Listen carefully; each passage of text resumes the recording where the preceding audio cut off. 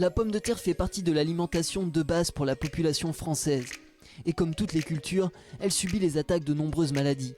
À l'heure où les produits phytosanitaires sont de plus en plus critiqués, il est donc crucial de développer des variétés résistantes.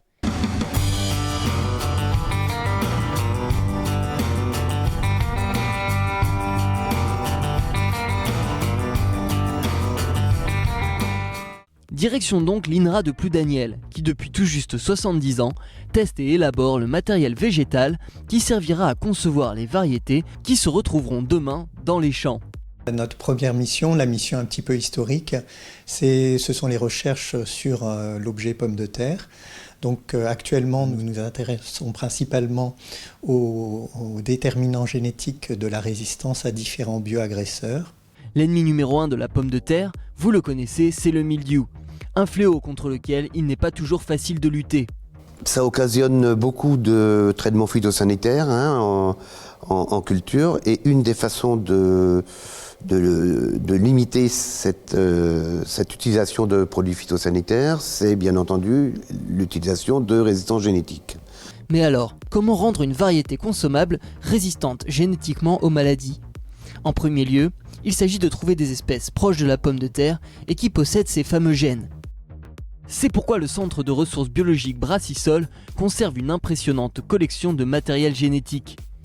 Dans cette cellule à 8 degrés, nous conservons la plus importante collection pour la France de solanum sous forme de boutures in vitro. Donc nous en maintenons donc 5000 que nous repiquons tous les 12 à 15 mois. Et pour le matériel génétique le plus précieux, destiné à être conservé à très long terme, l'INRA de Ploudaniel utilise également la cryoconservation. Pour les autres espèces, cela se passe au champ ou sous serre. Ici, nous sommes dans la serre où sont maintenues les espèces apparentées. Espèces apparentées qui ont été introduites du fait qu'elles contiennent des gènes de résistance à différents parasites. Une fois le gène de résistance repéré chez l'espèce sauvage, on cherche à l'intégrer dans l'ADN de la pomme de terre cultivée. On fait des croisements, donc on va souvent prendre la pomme de terre cultivée comme parent femelle, on va lui enlever les étamines et apporter le pollen qui viendra de l'espèce sauvage.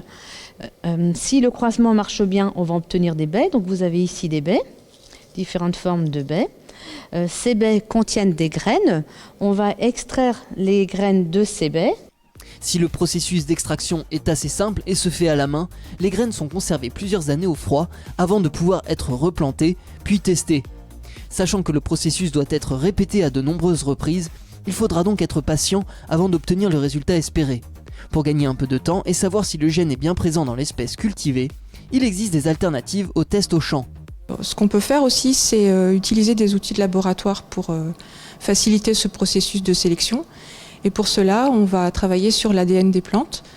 Donc il aura fallu auparavant mettre au point ce qu'on appelle des marqueurs qui permettent de localiser les facteurs de résistance sur les chromosomes de la pomme de terre.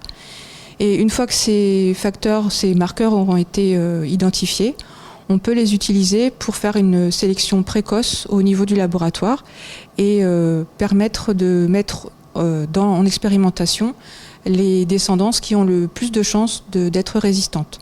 Autre aspect de la vie des pommes de terre qui seront testés ici, la résistance au stockage et au conditionnement.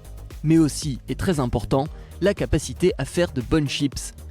Au final, ce travail de test sera récupéré par les partenaires de l'INRA pour créer les variétés qu'on retrouvera sur le marché. Un processus qui demande du temps et de nombreuses connaissances pour assurer l'avenir du plus célèbre des tubercules.